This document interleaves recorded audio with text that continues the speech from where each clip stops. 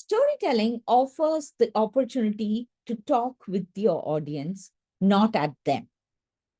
At work, it's a great way to draw people into your world and an invitation to listen to your perspective. I'm conscious I'm telling this. Let me show you how. Welcome back to my Thursday video series where I share examples for you to use at work to make your messaging sticky.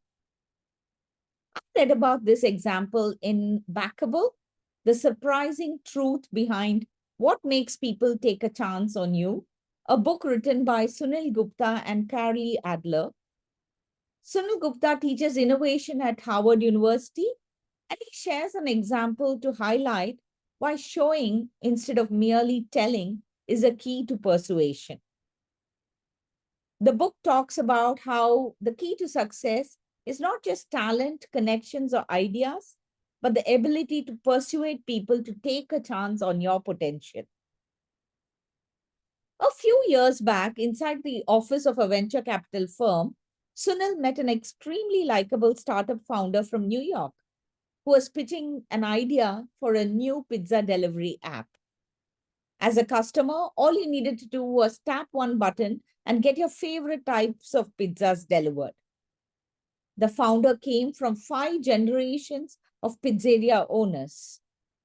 As Sunil and the founder spoke in the conference room while waiting for the other investors to arrive, the founder showed him a photo of his great great grandfather who had opened the family's first pizzeria in a small town in Italy. Sunil was immediately charmed by this guy. He says he had a thick Brooklyn accent, a genuine smile, and a sense of ease.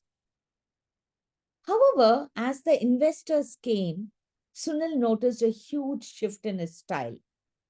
He says he pulled back his smile, pushed forward a more serious, solemn attitude. When the founder began to go through his slide deck, his easy style seemed to evaporate. And though the slide decks was really well designed and the content was strong, his delivery fell flat. Sensing that the founder was losing the investors, Sunil asked him to show the app on the phone. And Sunil walked up to him and looked over the app and looked at the app over his shoulder.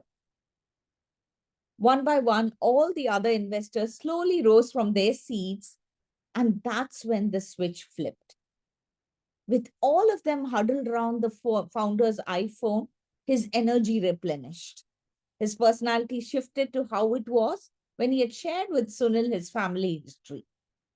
And as he swiped to unveil the different features in the app, he could see that the investors put away their phones and began to ask questions. He had their interest. And a few weeks later, he got their investment. I've seen this happen with a lot of founders who leave aside their story or the story of their product discovery and focus just on the data. Reason and data are very important, and yet they only lead to conclusions. It's the emotion from an example or the story that leads to action.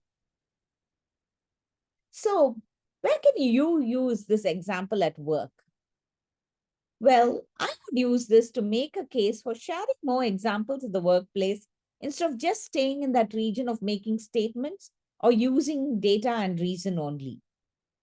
Sharing stories at the workplace is a great way to drive people to action and outcomes. Do let me know where and in what context you would use this example, and I would love to hear from you.